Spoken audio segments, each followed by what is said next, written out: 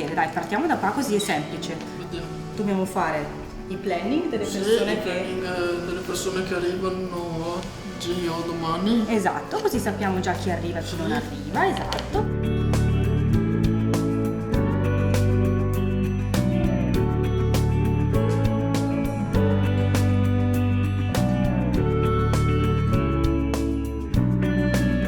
Dai, vai a prendere altri 3-4 security che così facciamo.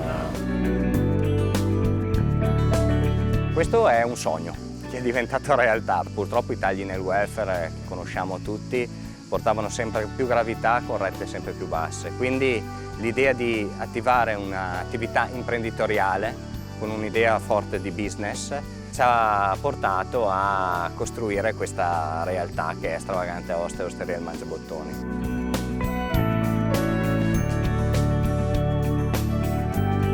La cooperativa L'Officina dell'AIAS nasce da l'AIAS, che è l'Associazione Italiana Assistenza Spastici della provincia di Verona, che è sul territorio veronese dal 1964. È una cooperativa che si occupa di ragazzi disabili in diverse strutture, che sono comunità alloggio, un RSA, 3 centri diurni, 2 gruppi appartamento e l'ultimo progetto nato è Stravagante Hostel e Osteria Il Mangiabottoni.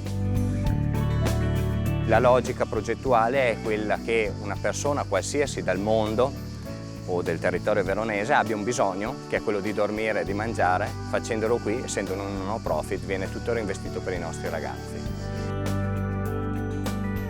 E quindi abbiamo 13 camere, 30 posti letto e l'osteria circa 50 posti a sedere, dove i ragazzi compiono delle attività lavorative vere e proprie, nel senso che insieme con loro facciamo il riassetto delle stanze e facciamo il servizio giù in osteria.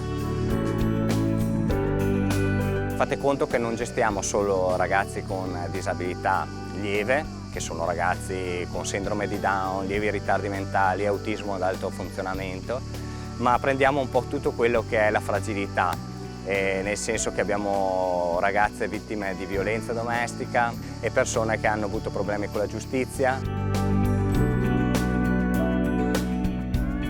Abbiamo un tasso assenteismo pari allo 0, perché qui oltre al lavoro hanno trovato gli amici. Proprio si è creata una famiglia. Penso che sia la cosa più bella e anche quello che riconoscono i genitori, dunque è proprio un'evoluzione a 360 gradi, insomma, sia dal punto di vista delle competenze, perché poi più ti senti capace di lavorare, di riuscire bene nel tuo compito, nel tuo ruolo, e più aumenta l'autostima e quindi puoi alzare sempre di più l'asticella. Per i nostri ragazzi questo non è più un lavoro, è vita.